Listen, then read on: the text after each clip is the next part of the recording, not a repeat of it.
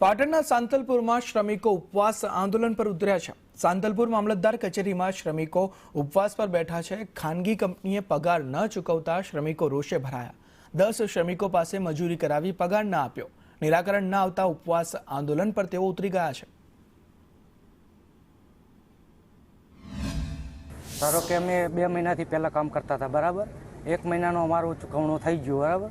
પછી બીજા મહિનામાં કે 5 તારીખે તમારું પેમેન્ટ થઈ જશે, પણ 5 તારીખે અમે 3-4 દિવસ વાટ જોઈ અમે, પણ તોય કે કાલ આવે પરમ દિવસ આવે એવી રીતનું અમને ધકાયા ગયા, બરાબર। તો છતાં અમે આ જો ભૂખ હડતાલ ઉપર અમે બરાબર જે અમારો નિકાલ આવે આના અહીંથી અમે ઊભા થવાના નથી। અમને પૈસા મળી જાય પછી અમે આનો નિકાલ આવશે। ભૂખ હડતાલ ઉપર એટલા માટે બેસવું પડે કે અમે જય જગન્નાથ કંપનીમાં કામ કરતા હતા તો અમારું પેમેન્ટ રોકાઈ ગયું છે, બરાબર।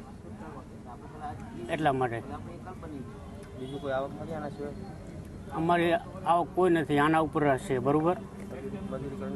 હા, મજૂરી કરીને જ ઘર ચલાવ્યું। તે અમે સાંતલપુર મીઠાની કંપનીની અંદર કામ કરતા હતા, જય જગન્નાથ કંપનીમાં। એમાં અમારું પેમેન્ટ અટકાણું છે। 1 મહિના અમે કામ કર્યું હતું, 6થા મહિનામાં 6થા અને 7મા મહિનાનું અમારું પેમેન્ટ અટકલ પડ્યું છે।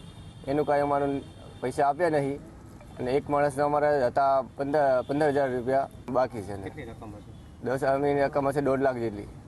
પૈસા નહીં ચૂકવાય તો આંદોલન ઉપર અમે આવ્યા છીએ। અમે ભૂખન તરસાઈને બેસી રહી છે, અમારો કાંઈ નિકાલ નહીં આવે તો